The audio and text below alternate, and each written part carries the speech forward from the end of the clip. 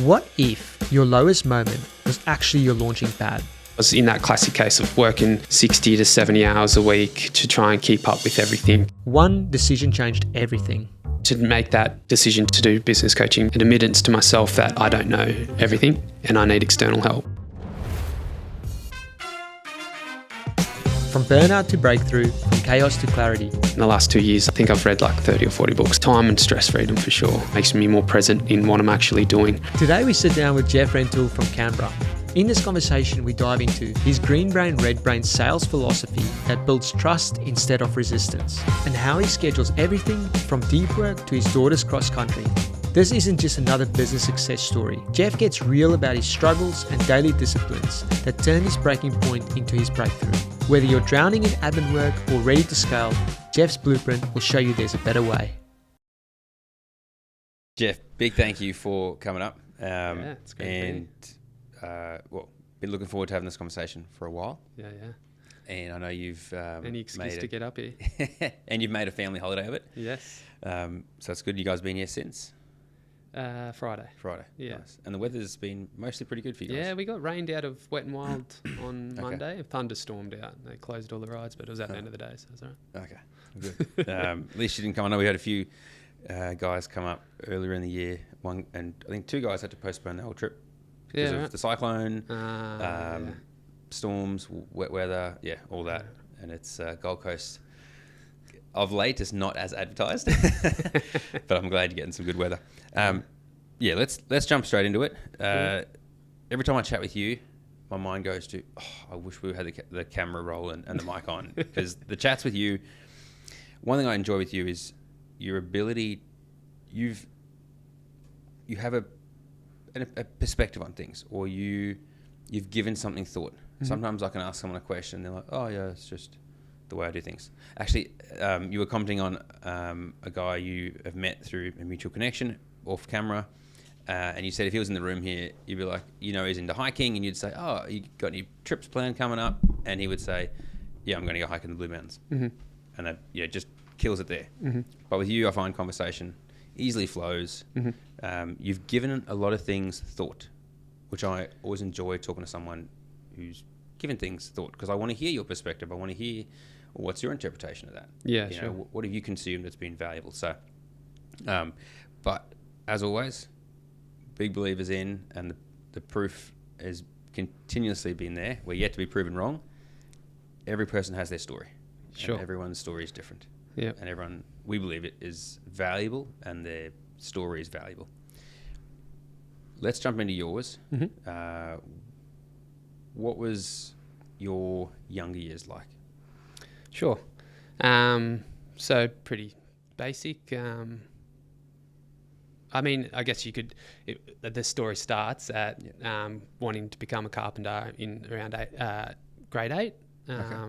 Is that like friends around you were doing the same thing? No, it came from school, like woodwork at school. And then I never really felt drawn to like the corporate lifestyle. Mum and dad were in the public service, and didn't really like that. Enjoyed projects with dad. Like, he was pretty hands-on sort of bloke, like, had to go at building anything and everything. Okay. So I really enjoyed that stuff. And then, one of those kids that didn't really enjoy going to school because sitting around was pretty boring, and English and that was a bit crap. So, PE, woodwork, physical stuff, really enjoyed that. So how can I make a job out of that? Get into the trade. Mum and dad supported that, sort of directed, guided me into that.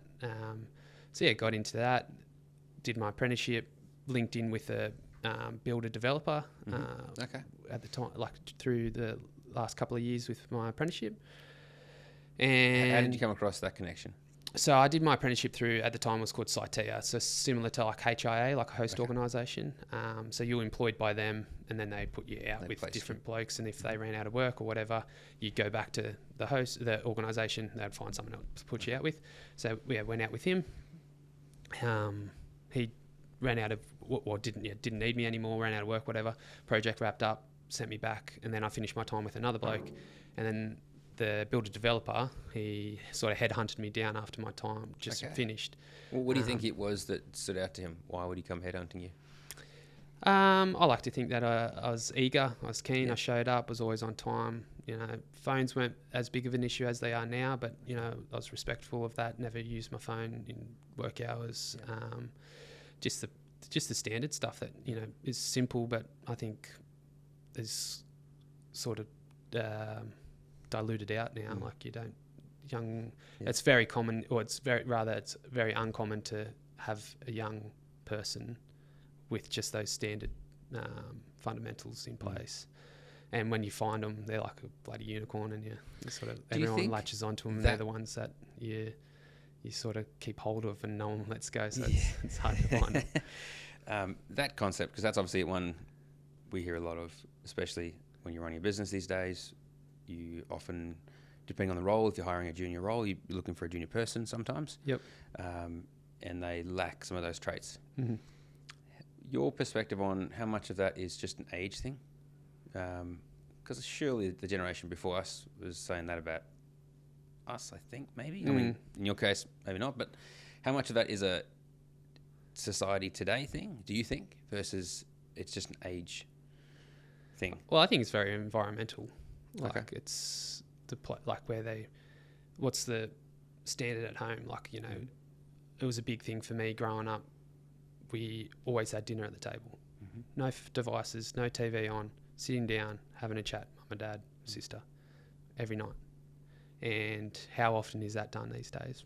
I don't know. Like, I'm bringing it into my family. We do it as kids, with our kids. We'll sit around and we, like my 6-year-old and my 3-year-old, we ask them, what was your favourite thing today? And they engage in a conversation. Now my 3-year-old even sits down. He'll be the first one. Dad, what you like today? Oh, wow. Yeah. So, like, how long does that take to get happening? Because interesting you say that. That's how we were raised, and I'm trying to bring that in. Yeah. But our 2.5-year-old just can't sit still. It's like, just sit still and finish your food. And we got a 5-year-old who just is a chatterbox. Yeah. It's like, it sometimes can, lovely listening, but can dominate the table a little bit. Yeah, sure. How have you navigated that? I mean, just giving each other their limelight, I guess. Yep, like, you know, we give them the table. So we say, what do you like today?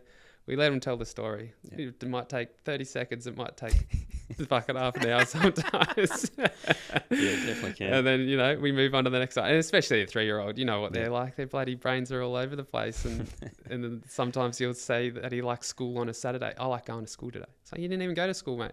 He's just like picking things, experiences, and this, you know, so. Yeah. But, you know, regardless, we just give him the time. So, and I think, I don't know, maybe that's one of those fundamental things that sort of gone wayward. Yeah. I don't know, I can't really speak too much to that because I don't have the other side of it. So, yeah. And going into a trade with parents that were in public service, was that, you said they supported you? Yeah. That was straightforward. They, because that's quite different. Yeah. Well, what was that like? Dad really like really wanted to be a tradie. Yeah. Okay. Regretted not going into the trade.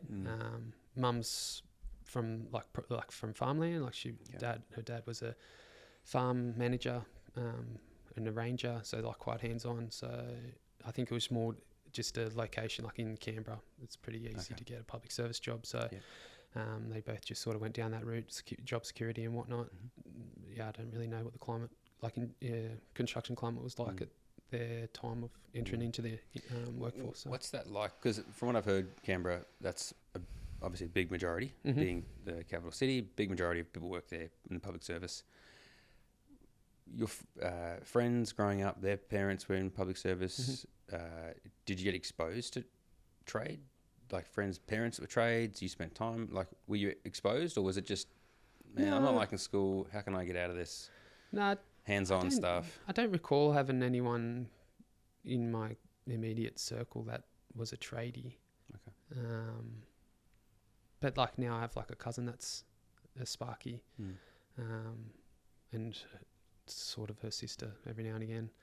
But yeah, I'm not really sure where that desire came from. I think it was just mum and dad being supportive of like my strengths in school and how I could utilize those in a workplace. So Yeah. yeah, they probably knew better than I did that I couldn't just sit around a desk and contribute to documents all day. Funny you say that, because that's where I am now. So it's gone full circle. I know we get one of our builders. I always found it funny when he mentioned it. He's like, "Man, the day that my boys find out that I am a laptop builder, is going to be just the demise of their respect for me. They think I live on a digger all day, and I'm putting stuff together." So, what was why? Do you always thought that you were going to run your own business? No. So yeah, going back, so I got in with this builder developer. Yeah, he headhunted you back in. Yeah, so qualified, green qualified, and then I stayed with him for 9 years. So working my way through, just me and him on site all the time, to me and apprentice and him, to me and the apprentice. He went off site and started, building the pipeline, and then that went into he started doing bigger developments, and so then I went into a site manager role, and then that's when COVID hit, and it's very presumptuous, but it seemed like the risk benefit wasn't there for him with developments, just because of the stress of COVID and everything. So he took a step back from that, and I wanted to keep rolling forward. So there was just that natural sort of division. And he's just said, "Look, I just want to have a bit of a break for a bit." He's sort of set it as long service leave. And I was like, "Oh, I've got a few cash jobs lined up. I might just go and chase my own work for a bit." And I get the sense that was him trying to gently support me to go out and give it a go, because he was always Be free. Yeah. He's like, "You ready?" He was always he continually said this is as big as I want to get. I don't see myself getting any bigger. I don't have any ambition to get bigger than I am now. And so I think when you say bigger size wise, we're talking how many size projects would be team. doing a year? He even wanted to strip back. He ended up, he got, while I was there, I think at one point it was three carpenters, and he wanted to just strip it all back, because just that stress of continually having work kept up to us, where he liked having that freedom, because his work-life balance was massively favoured to the family, which is great. Really, I think that's where I've got my work-life balance from as well. I think, he didn't like having that stress of having to keep work up to us. He wanted to just be like, "Oh, this development's finished. I'm going to go on holidays with the family for however long, and it doesn't matter." So then I that was the sort of the push that I needed to venture out. And I knew I didn't know everything that was required to run a business. And I think I was... At that point, that comment there, it's hard to say you don't know what you don't know. What did you think you didn't know? Everything I learned when I started business coaching. Okay. Yeah. So I knew I had to do my books. I knew I had to do quotes. I knew I had to deliver the product. And these are parts that you hadn't really had a lot to do with before starting your business? Yeah, very basic stuff. Yeah. I did, I say 99% of chippies do. They do cashies on the weekends and stuff like that. So I did the basic quotes and stuff like that. But not to, renovation detail or new home spec or stuff like that. So, and the work that is involved in keeping the pipeline full, and,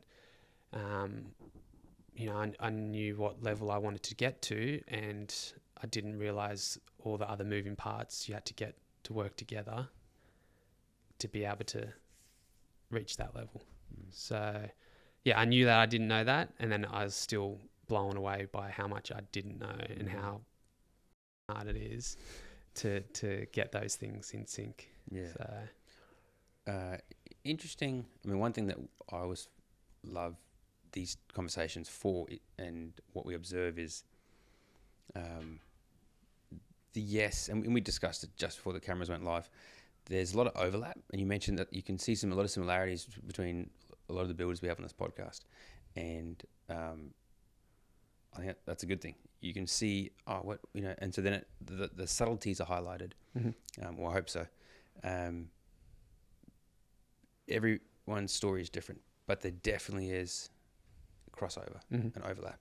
Whether it be, majority went through trade route or didn't do trade route, or my dad was a chippy, or my dad is a builder, or was not, or and there's already in your story differences and nuances and things there. What was it about? Because your experience with this guy, I'm observing that that's pretty unique. Most guys, from I've heard, will do time over here, couple of years, time over here, couple of years, time over there, and then start their own thing. Not many get to observe that growth, which I think I have my opinion on that. What was the impact of observing such growth and working with someone for that duration? I mean, from a business perspective, I never really saw it through that lens. I just thought it was one of those things that just, it just naturally happens. Yeah. Exactly. You put in the time and you just, naturally grow. I don't think it's not until, afterwards that, looking back, he's done incredibly well for himself. I think being through my 20s, I was just, selfishly focused on my own career progression. So as he got bigger, I expected to get bigger and take on a bigger role within his company.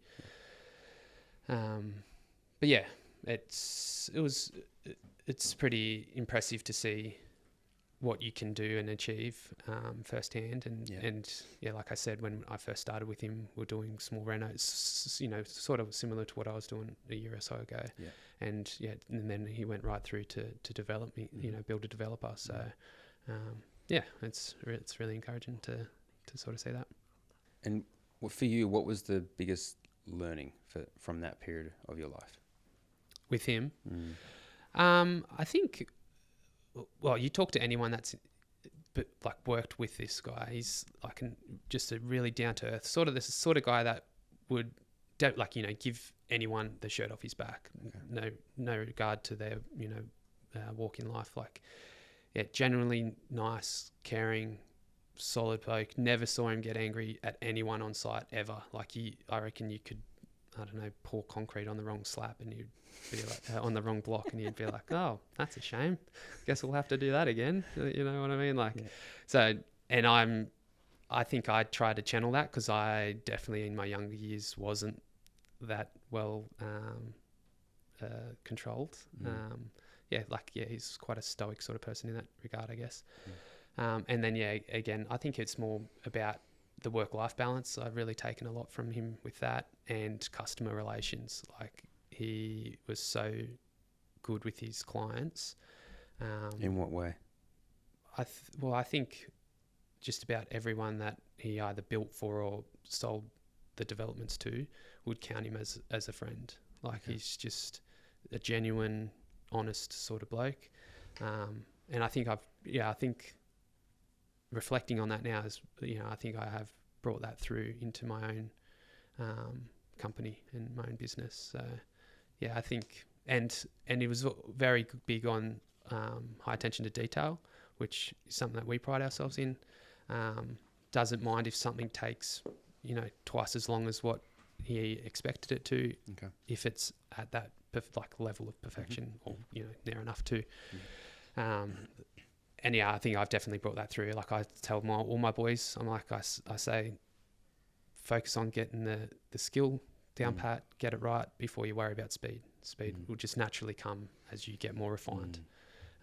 Especially young guys. Young guys that just want to impress by doing it fast.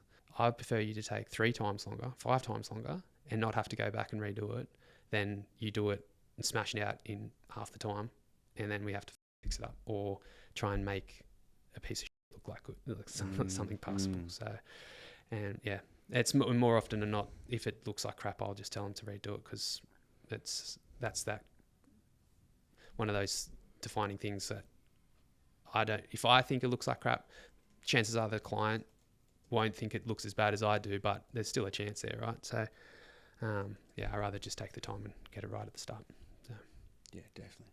So, and that's definitely something that I've brought through from working with him as well. Yeah. Because he appreciated it getting done right, and I never got scolded for taking too long, because I always did a good job. So. You mentioned there that you didn't actually realize how much you didn't know until you started getting coaching, mentored with the business side of things and that. What provoked you to get a coach rather than take on the world yourself? So I got to a point where I had myself, a carpenter and an apprentice, and I had a job, current project going.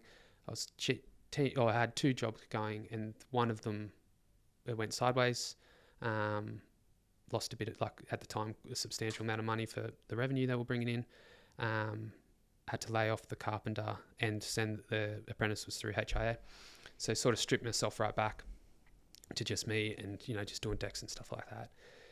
And I think it was that sort of provoked me to be like, well, what's missing? Like this, even before that, I was in that classic case of working 60 to 70 hours a week to try and keep up with everything. And I think I just had that realization, like something's missing, because those other guys that are doing, 7-8 figures, they're not working 300 hours a week. Yeah. So there's something that's missing. And I think the magic of Meta and the algorithms sort of just picked up, and I started looking into coaching through Instagram and stuff like that, and started getting fed more and more. And then I just reached out to a company, and they gave me a call within like half an hour, I think it was. And just from that one conversation, I realised that that's the unlock that I needed. Okay. There was the systems, it was the framework that they used, that I was like, that's exactly what's missing. So jumped in headfirst into that. One thing I'm keen to jump in with you on the podcast is your sales process. I think it's, when I say sales I'm sure that many people out there interpret for themselves what that means. Step 1, step 2, it's my 6-step sales process. Yep. That's not really what I'm getting at with you. With you, it's your mindset around it. It's you, I believe, do a great job putting yourself in the client's headspace as to what would they like, what would they need, what are their needs, how do they need to read this and interpret this to go on the ideal journey and enjoy it and get the most out of it, feel comfortable, trust you, those sorts of things. But also your approach to respecting sales.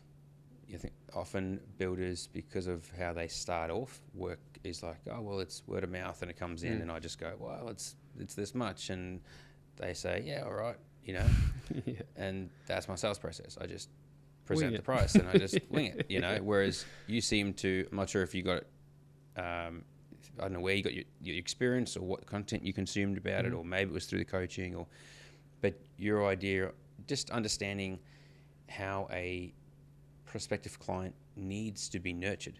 From a sales perspective, from a business perspective, they need to be nurtured to become a more likely to closing them. Put it that way. Where did that come from? It's ever evolving. Okay. It definitely started with the coaching. So they use a framework called Green Brain, Red Brain. So you want to try and your clients, when you buy in anything, you're generally quite red-brained. And when you talk me through what's red brain, what's green brain. So when you walk into going to buy a shirt, Norman. Whatever. So you walk in, and when the sales clerk walks over to you and goes, "Is there anything I can help you with?" And every time, what do you say? "Oh, just looking." Yeah. Just looking. So that's red brain. That's red brain. You want to bring them from red brain across to your green brain. Okay. And so you want to, and that's when you start that sales. You start providing your service and wording that up. So because if you go straight at them with your features and all that sort of stuff, that just increases your red brain. The resistance, I guess, is red brain. I like that you use the word there, and that's definitely something I forgot to mention that I've observed with you as well. Is you see sales as a service. How can I serve this person to the point of them going, well, this is a no-brainer. Yeah, let's do this, Jeff. Yeah. Talk me through how do you interact with, let's go with someone, let's say someone checks out some of your content and they download an asset that you've got there for them to have a look at. How do you interact with that person?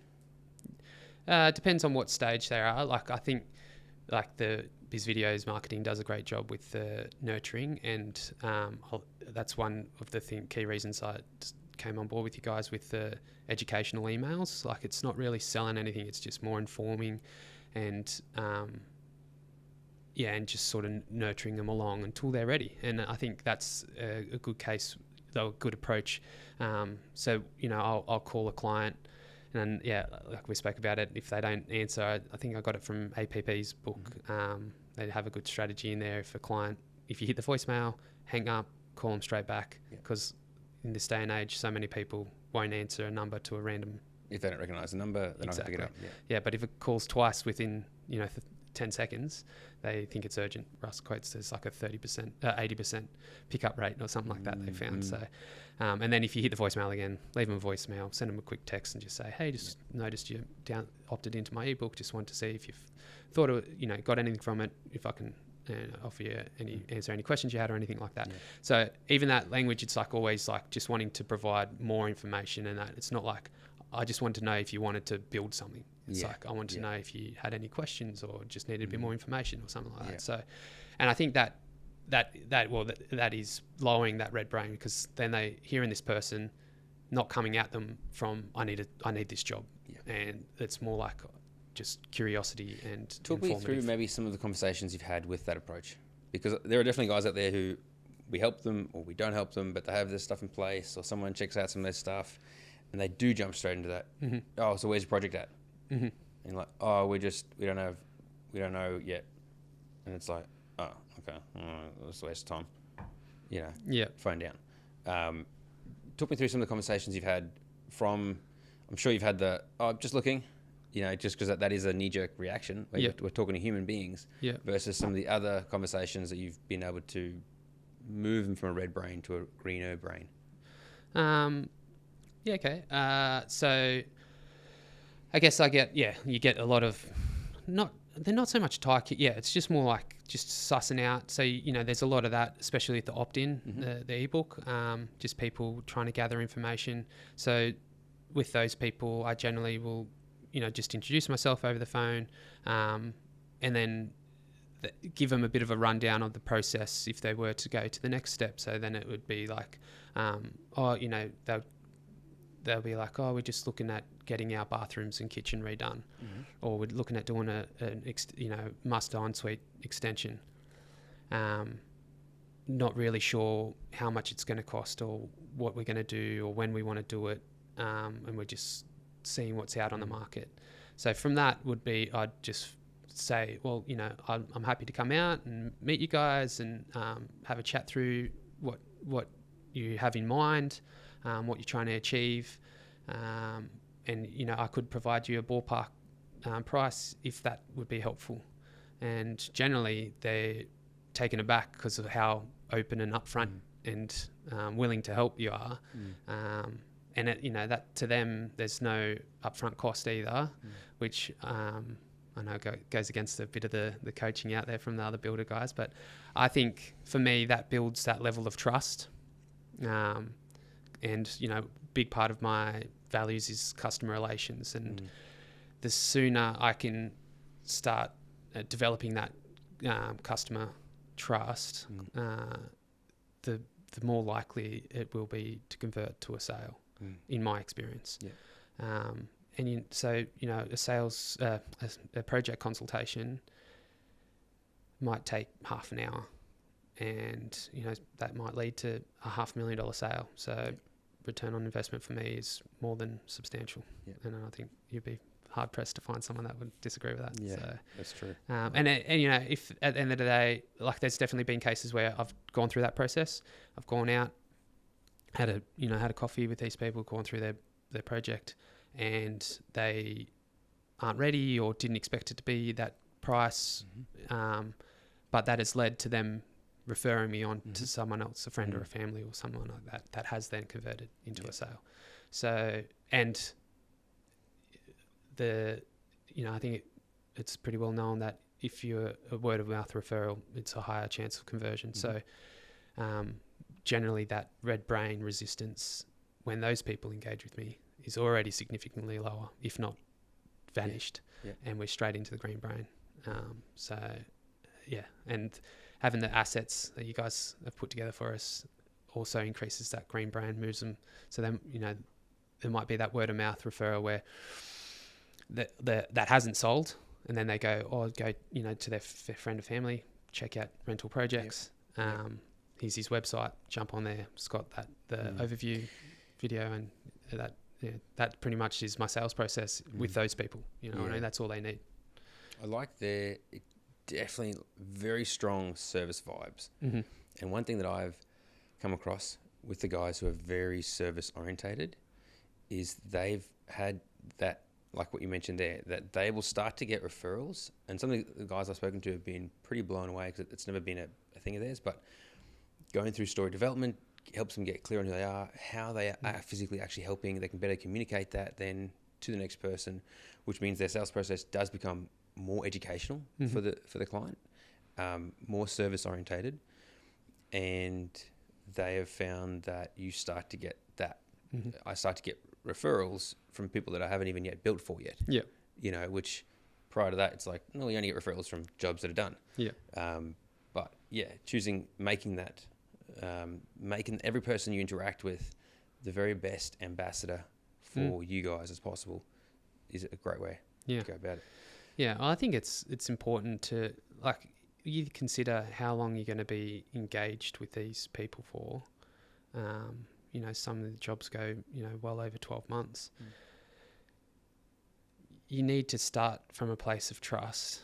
So I think if you can give a little to gain, and ultimately, I think if you're geared to try and sell your product at the start, people see right through it. It mightn't be consciously, but subconsciously, like, what it's like when a salesman knocks on your door. But if you're just there to have a chat about their vision, what they plan on doing with their place, and no obligation, then straight away those barriers are stripped down. And I've just recently signed contracts for a job where it started off as a ensuite renovation, and now they're looking at doing a extension, kitchen, master bed, a bathroom, because I just had a conversation with them and sort of got the ball rolling. They felt that rapport there, and obviously comfortable to keep that flow going. So that's I think I'm really glad you're sharing that, because there's a lot of guys out there I'll talk to who I believe will shut down an opportunity far too soon. Don't get me wrong, there's definitely those, like someone will call me, and it sort of depends on the pipeline as well. Like I've definitely referred on jobs where it has just been a bathroom, just because even if it was just a bathroom, I couldn't service that, and I couldn't give that client the journey that they deserve, because regardless of the dollar value, client business at this stage client is not satisfaction geared to service that size project. No, it's more it's client satisfaction is is our number one outcome that we want. We want as high as customer satisfaction. So if it's just a bathroom renovation and we can't service that to a good level of, as in like fast and good high quality, not fast, like a good time frame, good high quality, clear communication along the journey, then I don't want to engage. Like I don't want to take that on because I can't provide that service to them. So. And in terms of what might be a reason why at that stage you can't take that on? Just the current project pipeline's too full. So I generally will go look at most things. Like, so if I got a call from someone or I got a referral to someone, I'll give them a call, regardless of the project size. I'll give them a call, and then in that call, in that while on the phone, I'll say, when are you looking to have it done? Because sometimes they'll be like, oh, it's no rush. Doesn't matter if it doesn't happen until next year. Some people are like, oh, next week. So, and I'll know when I could do a job like that. Yep. And so sometimes it might be, I won't get onto that. Like now, if someone called me for a bathroom, I'll be like, I can't do that until March next year. Okay. And they'll be like, that's fine. I'm happy with that. So then I'll start that process now, which gives me heaps of time to get selections and everything sorted out. Yep. Design, if we need to do that. Other people will be like, oh no, I need it done before the end of financial. So, and then I'll just refer them on, and that's no skin off my nose. And the same with the questionnaire. Like I have a questionnaire with the consultation requests on my website. And sometimes just reading that, I can tell that, I can't service that. The job's not big enough to, because generally the bigger jobs, it's going to be 12 months. Yep. Is pretty standard to first start that if they haven't got plans or anything done up. People are generally pretty happy to wait 12 months. So yeah, if it's like a small job on the questionnaire, I'll call them up and be like, oh, I just refer them on even. And the feedback I get from that, like, oh, sorry, we can't service this, in the next 6 months. He's a builder that can. Like the responses we get to that, like, oh, thanks so much. Like, appreciate you just getting back to us. Because there's so many blokes out there that don't even worry about that. So just that little bit of that one email. Yeah. And it's again, still service. And again, that then can lead to them referring me on potentially. So totally. Yeah. I love that. Yeah. How do you navigate the space when the budget is more than they expect? How does the conversation? How do you then ensure that it's not oh, that's too much, and it just falls dead in the water there? Mm-hmm. I always push for a budget to start with, and there's quite a lot of resistance around that, because there's that mentality of resistance from the prospective client. Yeah, because there's that mentality of, oh, he's just going to hike it up to the top of our budget. So I always openly say, do you have a budget in mind? The reason I ask is so I can adjust accordingly. Because it's generally around when I'm given a ballpark, so I can then say I can adjust it accordingly. Tile selections, tap selections, that sort of stuff. I also say, and it just helps me manage your expectations too. Because if you're asking for a 200 square meter extension and your budget's 200 grand, they don't line up. So, it's especially the older clients, they generally will think that bathrooms still only cost 15 grand for a bathroom reno. So just having those conversations right up front. You can do on an investment property, you can do a powder room for 15 grand maybe. Yeah. So, and then some people will say, I want a bathroom for 120 grand. Yeah. Okay. And it's like, okay, well, that's plenty of meat to work with. But then you also know that they want a premium toilet, premium shower head, premium tiles. So you adjust accordingly. And then if you get to the past, detailed quote, and we're pushing the budget, it's then collaborating with them rather than saying. What does that look like when you say collaborate with them? Talk me through what that looks like again. Well, I always reiterate with them, it's like we're all on the same team. Okay. I want you to have the project that you like, the finished project that you want, and I want to be able to provide that in a satisfactory way. So telling you that I can do something for 100 grand cheaper than what I know that I can't, or can rather, isn't going to be a good journey, because there's going to be points where we get to something and I'm going to have to put in a variation for something, and then there's tension around, well, why didn't you include that at the start? Why are we only just learning about that? So I always it's just a conversation, right? So it's just having an open, transparent, honest conversation with them right from the start. Say, look, I understand we're a bit over budget here. I found these alternatives to your cladding, or these tiles look the same but they're half the price, or maybe we can pull back on your tapware or something like that, or maybe we can stage it. So just having those solutions as well. That's massive. Just coming to them with solutions shows that you, again, service. I want to help you. I want you to get this project done. Let's work within the confines that we have. Yeah, I mean, the other big one, or not big, but the other bit of resistance I have at those initial conversations is around the margin. Mm-hmm. So standard industry is 20%. It's been 20% since I started 19 years ago. It's never moved. And like I operate on 26% margin. Yep. And there's been a bit of like, oh, why are you more than the standard, industry standard? Yeah. And I always just open, honest again. As I say, I'm here to grow my business and sustainably run my business. Yep. I can't do that at 20%. Yep.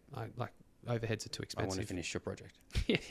And I want to provide a service that you're going to be satisfied with, and I can't do that at 20%. Yeah. At 20%, my phone runs out of credit at the end of the month. You can't call me about your project. Yeah, I'll run out of fuel before I leave the petrol station. Yeah. So, and you know, like I just recently signed a contract with some clients, and we had that conversation, and they said they're like, it's so great to just be able to have an honest, open conversation about the finance side of it, because I think socially we are, you know, no one likes talking about that stuff. Mm-hmm. So, but it's such a big part of construction. Oh yeah. Like, you know, there's always going to renovations. There's always going to be variations with renovations. Yeah. Like, I'd be very impressed if you can find a builder that can go from way to go in a major renovation without a variation. Yeah. So, having those conversations at the start around that stuff just makes the conversations around variations so much easier. Throughout the process. Yeah, that idea of trust before we even start is so important. Yep. So important. Yep. And that's what I say to them as well. Like when I provide the detailed quote, like it's developed into quite a document now, because, you know, we've built it out with a lot of information about us and vision, mission, values, and all that sort of stuff. I forgot where I was going with that. Are you with that pack, that info pack? Are you sending that to them, hard copy or soft copy? It's made up in my quote, in my detailed quote, and my ballpark quote now. So, yeah. And when you give them the quote, or even definitely the quote, the detailed quote. Yeah. Are you sitting down with them and walking them through it? As much as I can. Yeah. Sometimes I'm stonewalled by architects. Okay. So if an architect comes to me to tender, I'll provide that, and I'll provide them the full package. They then present that to the clients. But then if I'm engaged, I'll have a sit down, we'll discuss the quote and everything as well. So I have that opportunity then, I suppose. But yeah, I don't get to present it generally or sometimes with right from the start. Yeah. Yeah. Okay. Yeah. One thing that I know you and I have discussed off camera plenty, just mindset. Mindset's so important definitely as a business owner, definitely as a builder. But one thing that I've always enjoyed, again, like I said at the start of this podcast, chatting with you, is your openness to consume new knowledge and to hold this perspective of, I'm not sure if you've read Principles by Ray Dalio. No. But that idea of radical open-mindedness, that idea that I don't have, my perspective right now isn't ultimate. It's not the truth, the way, you know.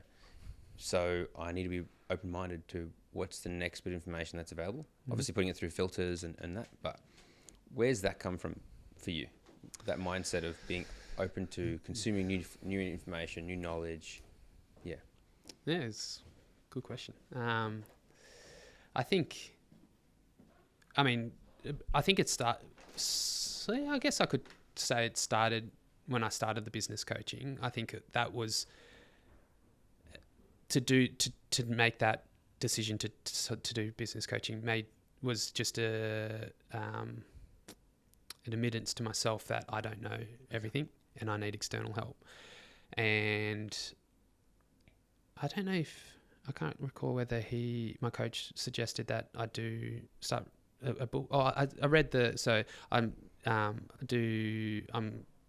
with the Entourage, and the founder, Jack Delosa, has a book called Elevate.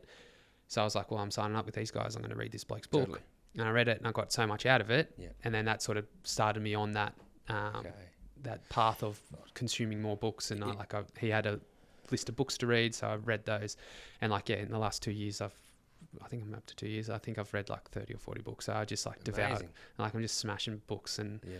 and like some of them are much the muchness. Yep. There's always a gold nugget in there. Totally. And yeah, and then some of them I'm just like, I need to read this 3 times. I don't. But Or read it every year. yeah. Yeah. What's it like? Do you ever look back and go, man, I'm reading a lot, and in school I wasn't a big reader. Yeah. You know. Big time. Well, I have dyslexia, so I hated reading. Like Yeah. I wouldn't like.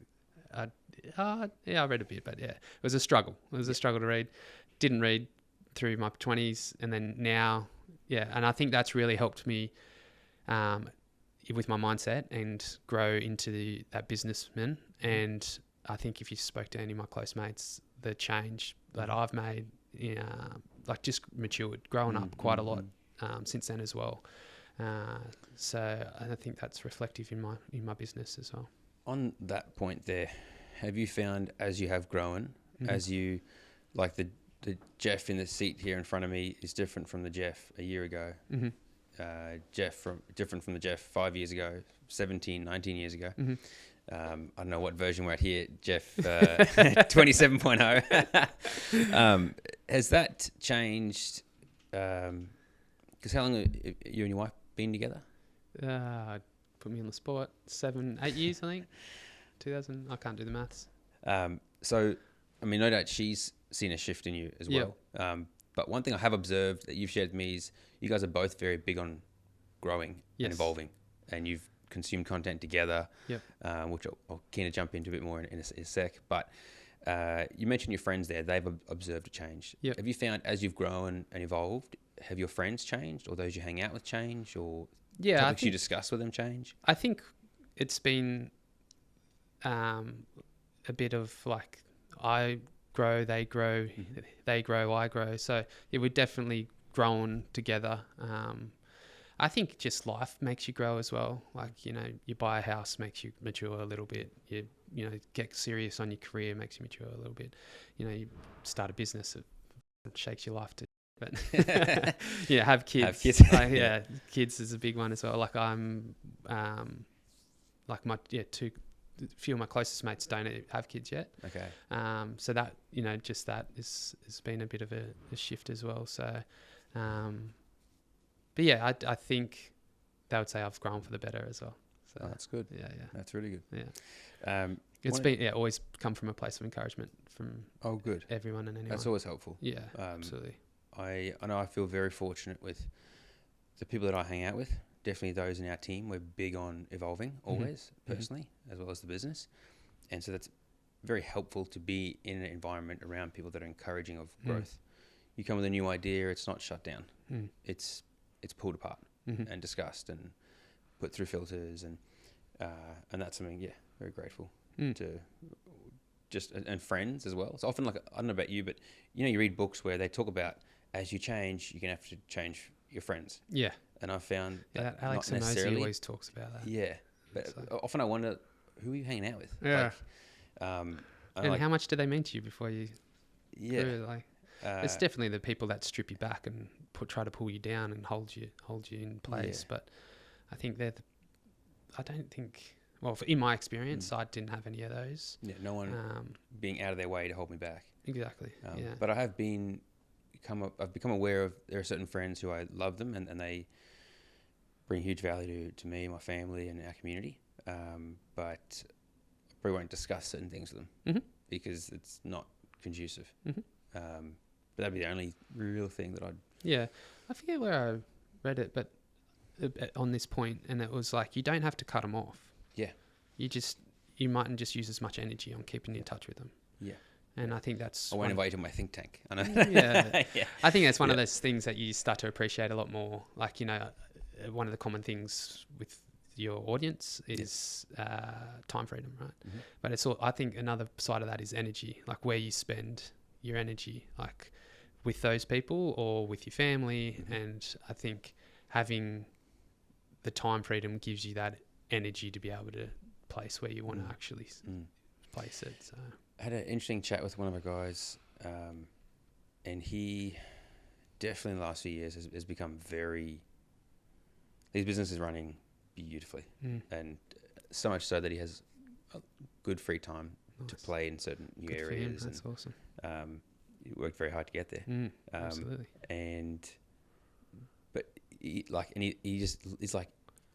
He did mention, he's like, I am at a point where I need to realize that doesn't need more fine tuning, whatever that may be. But even to the point where it's like, that friend is like, I had a friend the other day, no longer a friend. We hung out we had a beer, and I just said to him, I don't think there's a lot of value in this friendship anymore. Okay. We're just gonna, I think it's just good that we guys separate ways. Broke up? Just broke up with a friend. And I was like, I admired someone's ability to do that, to be that straight. Yeah. I'd probably just if hang it's out necessary. less. Yeah. Is it necessary to be that? I don't know. Yeah. But maybe this was someone who, like, I can imagine if you had someone you didn't want to hang out with and they just keep chasing you. My wife and I do have a couple in our life that keep wanting to hang out. And don't see the value in it. Without being mean, I don't know. I have no idea what we're going to talk about. If I've been in conversations with them in the past, it's very shallow. And I just,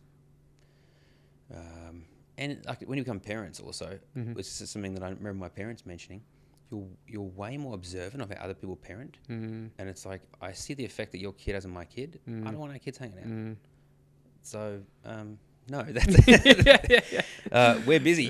Have you got to that part in that book you sent to The Extraordinary Life where it's about firing your friends? No, not there yet. Okay.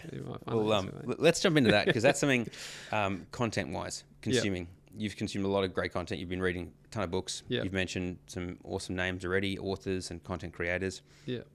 But there's two pieces of content that I sent you over the last few months, and you've consumed both, and the feedback's been good. So I'm keen to hear what you enjoyed about it and what your takeaways are. So Extraordinary Life, and what was that one? So the book was How to Live an Extraordinary Life by Anthony Pompliano. That red book. I found out recently that he has a hardcover. Which is black and it looks. I'm like, oh, I'm going to get that. Just put that on my shelf. It'd be like your Bible. Just sits on my desk there. Nice. And the other resource was a podcast I sent you. And you came back and was like, you and Imogen sat and watched that. And really enjoyed it. And I was like, that's cool. That's really cool. You two sat down and consumed it together, because that's Kylie and I are constantly consuming information. And now we've gotten to a point where it's like, cool. You consume that long podcast. Now you want me to listen to it. Now I've got to make time for that. So now it's post the podcast in it. We now have a content chat, my wife and I. And it's give me the points, your summary and takeaways. And if that's enough, awesome. And we can discuss it. Or I can deem it valuable enough to go and listen to. Nice. I like that. I might have to steal that. There you go. But let's jump into the book. So How to Live an Extraordinary Life. Which when I first read that, I was like, oh, this guy thinks he's living an extraordinary life. But then you just changed your pronunciation to an extraordinary life. So, I don't want to live an ordinary life. I want to live something a little bit extra. So what does this guy have to share? And then you read it and it's just this guy's been very observant and absorbent with information and who he's seen other people be successful. And he's literally just documented that. But one thing that in the format of it that I really like is it's written in very small, short, concise letters to his kids. Talk me through your initial interaction with the book, and well, it starts with that one that I think you're a big fan of. The way you do anything is the way you do everything. Which I really resonated with as well, and I think a lot of the blokes people listening to this would as well. Because I think, like I sent you that message, and it sort of speaks to that high detail stuff, right? So it's like the way you do anything is the way you do everything. As in, the way you straighten a wall, you might do it half, which and you can strip it right back to the plumb. I was like, and I thought this guy kept saying to me, wall's not plumbed, and I was like, so it's got no pipes through it? And like 10 minutes in the conversation, he's like, no, it's not straight. And why didn't you say straight? But even like, not even related to like construction stuff, but like how you present yourself, how you, wear your clothes, how you make your lunch, whatever it is. I think if you do it, I think that really is relatable because when you look at people that aren't that well put together, you can sort of trace that back to the way they do anything is the way they're doing everything. So I think I think that was really relatable. And the other one I really liked is let me get this right.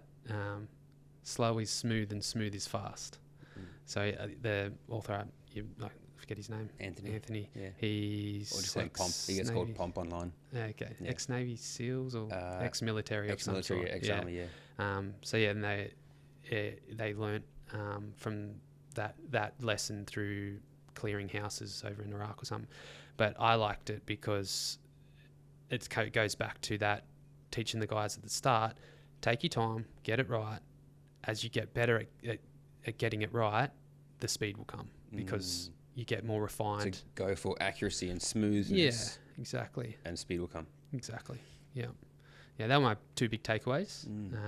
There was a lot of other great stuff in there, but yeah, those two. Yeah, I find. And the funny thing was the first one, and I think it's like the second last one. Oh, really? So, yeah. A bit of a bookend there. I like that. One, I've been savouring it. Yeah. So I will, rather than sit down, my wife sat down and read through It's it. a very unusual way to read a book, JP. It is, but because it's written in letters, you can do that. Each piece is quite individual. And so I will sometimes, at the start of my day, go, you know what, I want to read one of these little letters and take that into my day. Or if I'm recording one of those little videos, I'll read a piece and then take it into that. But one thing, there's two that I recently read that have stood out for me. One is luck. This idea of luck being, you're so lucky. Yeah. You know, and I had a coffee with a guy yesterday who don't believe in it. And this guy, he's busy reading Ray Dalio. I got to coffee. I got there early, and he was much earlier than me. Okay. And he was sitting there reading this book that is one of the densest books I've read. Okay. Just dense to consume. Yeah. You have to read it slow to take it in. Yeah. And we just want this idea of luck. You know, you could observe this guy's life. Mate, just wow, architects just coming to you. That's lucky are you. You just jobs landing on your lap. But if you sat down and heard what he's put in over the last 8 months, you create your own luck. Totally. Yeah. What would be an example of that, you reckon, for yourself, where someone observing might go, oh, that's lucky, but you've got, no, you haven't seen X, Y, and Z that I've been doing or putting in place? Well, it's that age-old, it takes 10 years to be an overnight success, right? Yeah. And I think it's one of those things that, probably very recently, like as in the last couple of weeks, even the last few days, I found myself getting too focused on what I need to accomplish and do to get to that. Like I'm at quite a bottleneck at the moment in my business. At a micro level or at a macro? Like big scale we're talking about? In more macro. Like I'm at a bottleneck at the moment with building out the team to get it, middle management in to get us to the next level. And because I've been so focused on that, I'm trying to deliver a couple projects as well at the moment, so that sort of compounded it. And you sort of find yourself questioning, can I do it? Have I got enough? Am I enough? Is it all going to fall apart?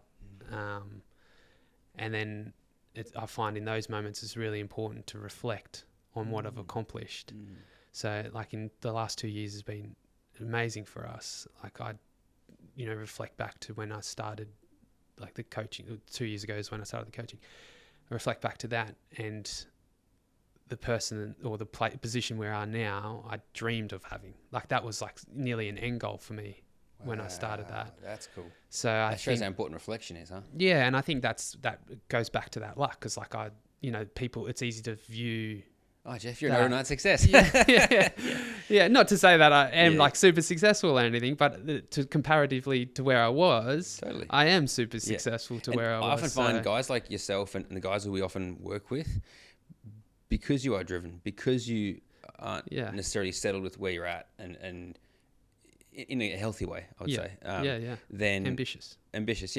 Then your sight's always on that goal, and it's as though there's like someone's put a carrot in front of you, and as far as you are chasing and achieving, it's like the carrot keeps moving. And so often I'll talk to guys like after 6 months or a year and be like, oh man, look where you're at, and, or let's do a case study on this amazing project. Nah, that's not.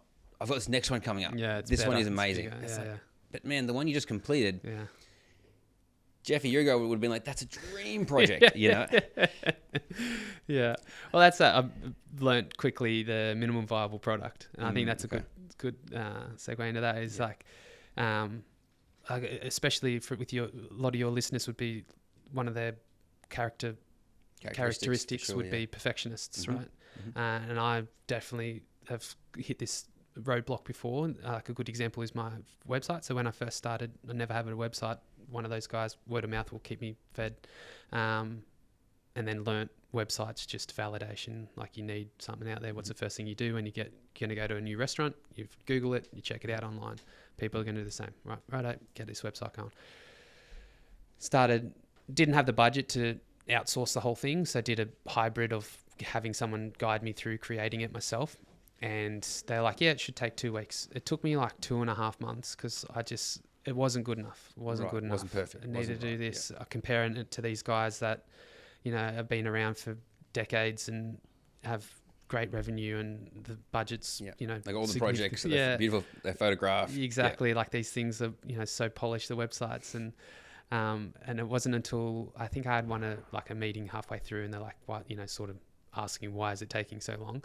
And I went into it a bit about that. And they're like, remember when you got your first car? Of course you wanted a Ferrari for you, you'd love to have a Ferrari for your first car, but how much did it unlock? And it's like, just think of your website as just something that gets the ball rolling. Yeah. And they spoke to that minimum viable product of something is better than nothing. And you can always, and I think that was the thing is like, well, once it's out there, it's final. But it's like, well, no, like at the moment I'm about to launch a new website that is polished. Yeah. So it's like, that one's done me amazing. Like I had quite a few prospective clients be like, oh, we checked out your website, it looks really great, liked all the content on there. And it goes back to that, seeing it through a lens of someone else, and your own harshest judge for sure. So I mean, going back to your original point of luck, I think it's an easy thing for outside people, like people outside looking in, thinking you're lucky, but they don't see the work that you put in. Like, I feel like it's they only simple, see, but it's not easy. They only see like the I'm trying to find a good analogy for it, but they only see like social media, someone else's life. Well, they're not going to post when they're having a bad day. Exactly. Yeah. So you're only going to see that. Yeah. But you don't know how long it took them to get there. Yeah. You don't know what they had to do. They only see the surface stuff. Yeah. Yeah. Yeah. Yeah. And even now, like, going through business is like riding a roller coaster. Like, from what I can gather, it definitely tapers out as you, you put in the right structure and fundamentals get sorted out. But getting there, like, it is a roller coaster. Like, it's that, I love that saying, this too shall pass. It's an old Parisian saying. And not only will when you're in the troughs, like to think, it's all right, we'll get through this too shall pass. But also when you're in the highs and you're having a really good time, it's to be grateful and enjoy those. That's a really good. Enjoy those moments. Because often that too shall pass is always used in the negative, in sense of like, this is really tough. Yeah. This too shall pass. Okay, cool. But that high, it's not sustainable to be on that high all the time. Yeah. You're going to have these little dips, but obviously we want to mitigate that. Yeah, yeah. And if we can be cruising at an altitude closer to that high, awesome. But also learning from what got us there. And it's always like, what got you there was not what you did last week. What got you there was what you've been doing for the last 18 months, 10 years. That's a very good point. Yeah, for sure. What is the other bit of content that I sent you was a podcast? Yeah. That's a cracker. I came across it and I was like, man, this is amazing. Yeah. If our guys can take 1% away from this podcast and implement that I believe will have a big impact on how they interact with that next client that walks through their door. Podcast from Diary of a CEO with Vanessa. The lady's name. Yeah, Vanessa. It's coming. Where is it? Give me 2 seconds. Because it's... Body language psychologist or something. Yeah, Vanessa Van Edwards. Yeah. Body language psychologist. Yeah. Yeah. She has one of the highest TED Talk episodes. I Yeah. think, something like that. Yeah. Insane. Yeah. Just, and so much of that we don't understand. Mm-hmm. The little things that we do are having an impact on the Mm. person sitting across from us. What was some of your takeaways from that podcast? I think it's just being more conscious and trying to do it in a non-obvious way on what you're saying without words. Yeah. So, and then also trying to understand. You get really paranoid when you start talking about body language. I found as well. Oh, now I'm crossing my arms. Oh no, Jeff! You're like, what? I'm really open to what you have to say. What signals am I sending? But also trying to pick up on what you're saying back as well, and making sure that you're not subtly sending negative signals or So, and I think that has helped me with building that trust with engaging with clients and being mindful of those things for sure. Yeah, it was really great, and I've definitely been on the list to watch again because I think it's one of those things that you need to touch up on. And like I forget the author. I read all these books and I can only remember the titles. I always forget the authors. But How to Talk to Anybody. Yes. Neil something, I think it is. And it was one of those books that I got and I'm like, I don't really find that I have too much of a problem engaging in conversation with people. But it was one of those golden nugget books where just learning how to take conversations to another level or directing them into a direction you want to go, guiding them in a direction you want to go, and which I've found really useful with client interactions, but also networking. Like as we get bigger and grow, and that networking becomes a massive part of business. So just being, and you walk into a networking room, there might be people you know, might be people you don't, and there might be people that you know of, and you feel intimidated to engage with them, and that just armed me with tactics to engage with those sorts of people as well, which has been really useful. And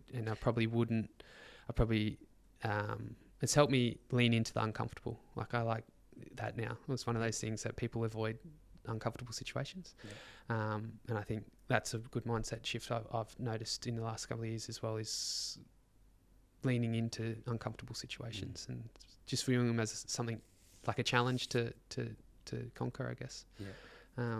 Like this podcast. There we go. There we go. Yeah. It is amazing. It amazes me how often, we see value in someone's story, like yours, and inviting you on, and so often the reaction is, "Oh, I don't think me." Like, what do I have to went share? through that with you, didn't I? Yeah, totally. And I was like, man, if you could be on the receiving end of our conversations, you'd see, you know. And it just like our audience, they're just other human beings. Yeah. On their journey, and there'd be nuggets that you can take from them. Yeah. Yeah, you're right. I do need to go back and watch that again. Yeah. One of the things I took away from that was just the first time you interact with someone, being more mindful of things like, she calls it your resting bored face. Some people call it a resting face, but she says, I call it a resting bored face. Yeah. And often we don't realize that our resting face, we might be listening intently. Yeah. But our resting face says to that person, we're bored, we're disinterested, a little bit frustrated, maybe a little bit annoyed. And like, that is not at all what maybe we're thinking or feeling at all towards this person. But if we give them that off, then they're not really eager to interact with us again. And especially when it comes to networking. I know you and I have discussed, when it comes to networking, usually builders think, I'm going to go network with architects and builders, but there's so many other people you can network with, including them, that allows you, again, looking at everything through a service. How can I network with someone that could provide service to my next client? That resting, just making your smile natural, but just smiling a little bit. In that, because once I have gotten to know you, then the next time we interact, your resting face, I don't read into as much. It doesn't bother me, because now I kind of know you. You're more comfortable. I'm more comfortable. I'm not, and maybe that's from an evolutionary standpoint, that's a survival thing in terms of when I'm gauging whether this is piece of war, Mhm. you know, from a survival perspective. But Yeah. yeah, that's. I think in that they talk to people are too selfish to really give a shit about you as well. Yeah, that's. And I think it's one of those things as well. It's like made me realize it's like you overanalyze every interaction, right? Like you lie in bed and you're like, why the fuck did I say that? That was so embarrassing. But it's like they're lying in bed thinking about something they said, and they're not this laying there thinking, oh, that thing that JP said. Like, you know what I mean? I really hope they're not thinking that.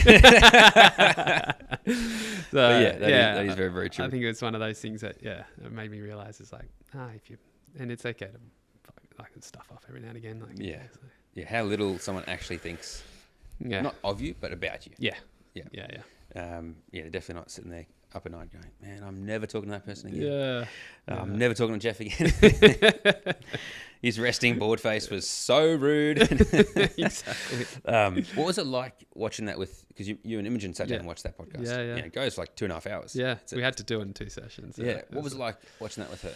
Yeah, it was really great. Like she's got a psychology degree, degree in psychology. And so she got she really likes that sort of stuff. She got a lot out of it. I think it's given her some tactics to use as well with engaging with people. So it was brilliant. Did you find that you were able to offer any feedback to each other? Like, oh, Jeff, actually, every time we meet new people, you do this crazy thing where you... No, sorry to disappoint you, but no. No, okay.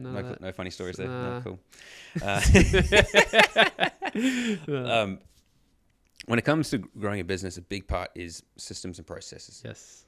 What would be... something that I'd learnt. Yeah, and I'm with every builder, I'm sure we could talk all day about this. But if there was one key thing that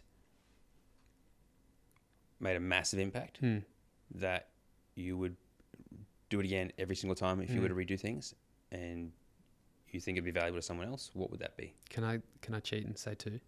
Okay, fine. So quoting system software. So I use BuildExact. Well, I'm transitioning to a new one that's not publicly available yet. Build Macro. Shout out to those boys. I love that.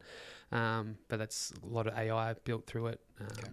They're trying to build it. Well, they're building it out to just be able to upload plans, and it will, do the takeoffs and stuff for you. So it's a lot of time saving in that. But use BuildExact as well. Definitely highly recommend that. Not only does it save time with quoting, so much time with quoting, it also presents a lot more professionally as well. So when you are going for that higher level client, or architectural builds, it has that element of professionalism with it. So the Build Macro one gives the whole document formatted together for us to present to those clients. Definitely a system of those sorts. I think Build Trends one, another one, and it's just any of those. Absolutely, highly recommend those. And the other one is your scheduling. So as in not just construction, like that's another side of it. Project scheduling is fine, but as in like your personal schedule. So I use another app called Use Motion. Again, AI throughout it, and I put everything into my calendar and into Motion, and down to smoko, lunch, meditation, exercise, but then also, my meetings obviously go into my calendar. So whether that's site meetings, quotes, so I block out time for quotes, I block out time for deep work. There's another good work book for you. I don't know if you read that one, Carl Newport, Deep Work. Amazing. Block that deep work time out, but then also family time, or, kids stuff. So my daughter had a cross country, block time out for that. Like the non-negotiable stuff goes in that. So I help out with pick up and drop off with the kids, and that's important to me. So I block it out, and it's again non-negotiable. But then that just allows me. So then, when I get into the office, I look at my Motion app, and it's allocated something to do every minute of the day. That of the work day. So there's none of that procrastination, because I think anyone can be busy with busy work, and it's when you're starting out, you need do the busy work because no one else does it. As you get bigger, you start to outsource that, hire people to take care of that. That's sort of what we're going through at the moment. But then you need to, I think it's important to allocate that time to something specifically. Otherwise, you just get distracted and off topic, and you're quoting something that's not due for 6 months instead of the one that's due in 2 weeks. So yeah, just having that allocated out. And the thing with motion is, as you do them, like say you allocate half an hour to do a task, you do it, you tick it off, and it only took you 10 minutes, it automatically reshuffles the tasks and fills up that time. So I just find it a lot more productive and efficient at getting my tasks done every day. So, and like, it can be a bit daunting at the start because it'll block out your whole day with your tasks. But then sometimes if I'm disciplined enough, I'll sit down and work through them, and I'll do the day's tasks in an hour. And then I've got the rest of the day to do, something that I either enjoy, a hobby, go check on the boys on site, go spend some more time with the kids or the wife or the family and stuff like that. So what program is that? That's I think it's called Use Motion, but the app's called Motion. So it's like Click Up. Is it Click Up?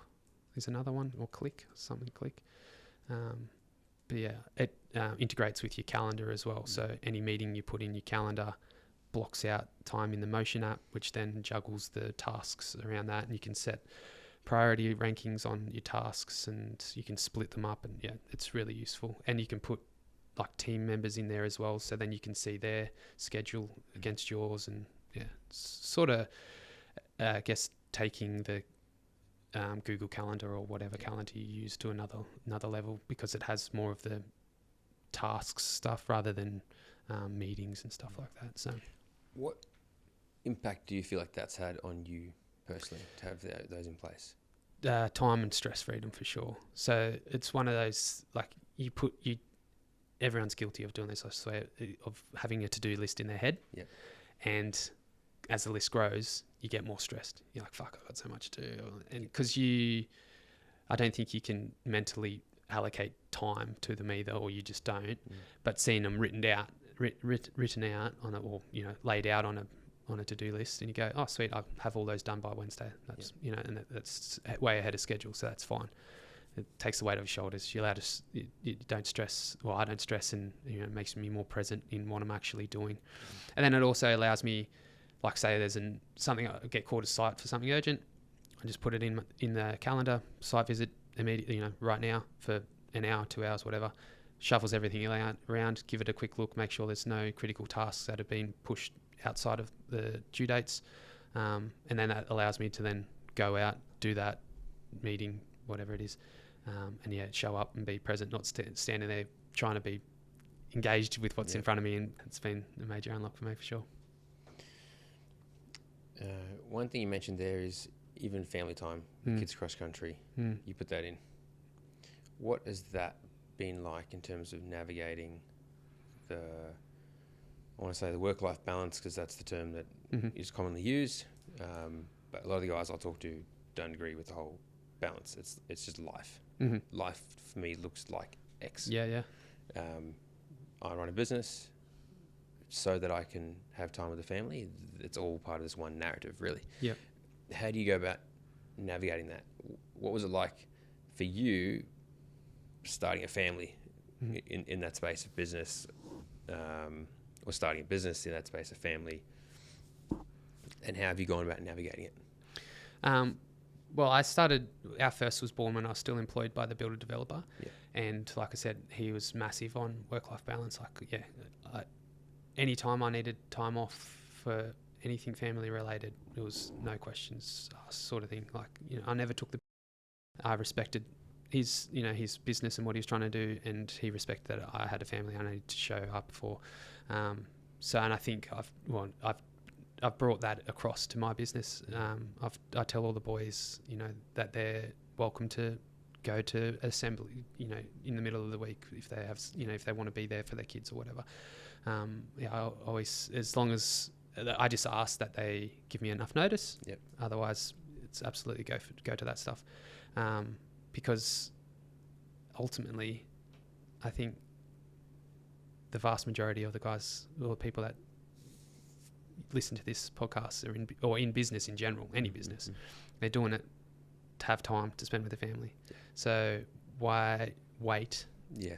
Why It's gotta be a sacrifice now that? thing, Why sacrifice one-day that on the way? And then when you get there, you have it, but you've missed out on so much already.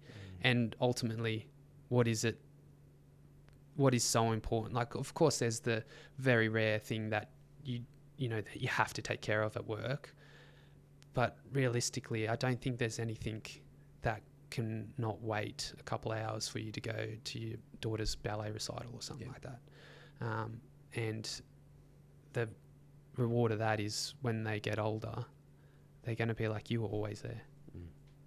And the other side of that is, I don't really know my dad because he never showed up to anything. So that to me is, you know, fundamental. Like, I want to be that dad that goes to everything that I can. I don't think I can't remember anything that I've missed of any of my kids. So yeah, no, and that's the case. It will always be the case, no matter how big I get, and it will always be the case for my boys. Like, they can take the time to show up to whatever they need to with their families. So, what do you think that means for them in regards to job satisfaction or job? I think let's say retention. Yeah, I think it's that difference between feeling like a tool and used at your boss's disposal and feeling like part of a team and a valued member of that team. And that's, you know, company culture is a massive thing that's, I think, is very undervalued and not really considered much. It's definitely something that wasn't on my radar at all when I started out and didn't understand the importance of it, and something that I'm really trying to cultivate at the moment. And it's not easy. And the best way that I've found is just embodying the culture that I want the company to have, and being that center point of that. So, and the way I interact with the guys, the way that, you know, I joke around and have a bit of a laugh, but then also can be, you know, a bit more like, I don't like approachable. Approachable, but also like can have those difficult conversations as well. And then I'm open to any of them. Like, you know, I'm trying to build out the org chart, but I've always said that, you know, you all have my phone number. Doesn't matter what it is.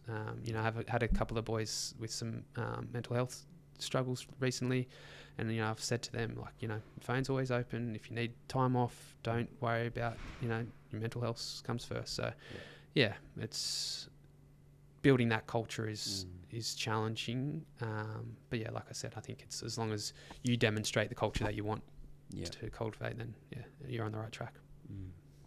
So, and that, going back to the family stuff, like they know how important I view family. Like, they'll say, can you come to site? And like, they've called me and I'll be like, no, I can't. I'm at this for my kid, or I've got to go do school pickup. I've already locked it in. I can't, you know, juggle that around. So they know that that's a priority, and, you know, equally it goes the same way for them. Yeah, I like that. That's a good example of embodying the culture you're trying to set and create within the company. Talking about kids, next generation, what do you perceive? I'm trying to think of how to word this question. Yeah, take your time, mate. Feels like we're going to go deep here, or yeah, for sure. Knowing what you know. Yep. Observing what you are observing currently. The perspective you have of the future. Are you excited for, let's say, little Jeff in grade 8, 9 right now? That could go into a trade. Yep. And start a career next year. Are you excited for him? Yeah. Yeah? Yeah. Good. Yeah. Good. Why is that? As in, so what, like, as in... What do you foresee, what do you foresee the future looking like for the industry, for new trades, for young guys coming in over the next 20 years? I think... Thinking back, because you've now done 20 years. Yep. You know, what's it look like for someone about to start their 20 years, you reckon? Okay. This was not in script, huh? Yeah, I mean, I think we're in a transition period. I think we're going, like, I think the next at least 5 years is going to be really heavy in renovations. Okay. I think I think the industry will agree the new builds have really pulled back from a whole heap of different factors. But I think the work's still there, and I think the work's always going to be there. Like, you know, you look at, the last 20 years and people panicked that it was going to dry up, and I think we're still going through a trade shortage, right? So, well, I know we are, because trying to hire new people has been a bit of a struggle. But yeah, so I think I'd definitely encourage it if any of my kids wanted to do a trade, and to see the lifestyle that you can have with a business. I'd be very encouraging of getting them into the business side of it quicker than what I did. Okay. Yeah. That was my next question, is the classic question, what would you do differently? Yeah. Well, I mean, when I was working for that builder developer, I was really happy. I could have stayed with him forever, provided that, you know, my salary kept increasing and whatnot, and opportunities kept being presented to develop and grow.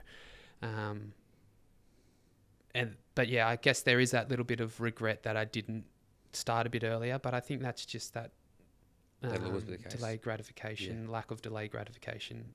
You always wanted it yesterday, sort of thing. And you know, I went to a conference a few months last year anyway, and they said, you know, I sit next to this awesome couple, and they were, you know, a few years on from me, only 5 or 6 years older than me, and they were saying, "Oh, I wish we started when you did."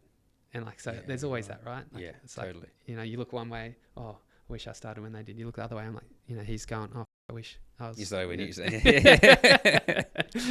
Yeah. So yeah, I think now getting into the business side of it, it's, like I said before, it's simple, but it's not easy. But what makes it easier is having the right support. So I'd be able to provide that support for my kids. That's it. So it wouldn't be as daunting to jump into business. Yeah. Nice.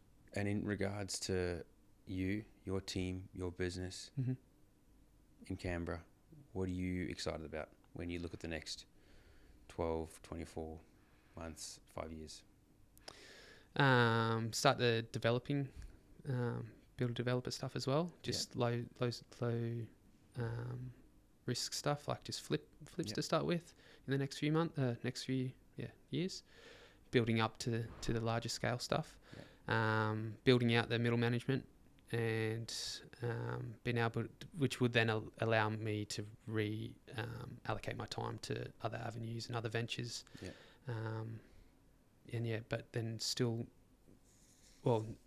and give me that ability to refine the service that we are providing to the customers as well, you know, more frequent customer updates, and more of the nurturing as well that I see a massive benefit with. So I don't think, like, the boys on the ground need much more. I don't need to build that team out much more. I've got a good bunch of guys there that I want to foster into long-term employees. But yeah, that middle management at the moment, spending a lot of time jumping around wearing those hats. So having some more guys in that area would really help. So that's the next focus for the next 12 months for sure. Yeah, that's exciting. I'm excited to watch that space. Yeah, absolutely. Stay tuned. Absolutely. Jeff, I want to say a massive thank you, man, for spending time in the chair there today. And just being so open and honest, sharing your lessons, sharing what you consume, what you observe, how you put that into practice. And I have no doubt that there's a lot of gold in this one. Cool, man. So appreciate it. Thanks.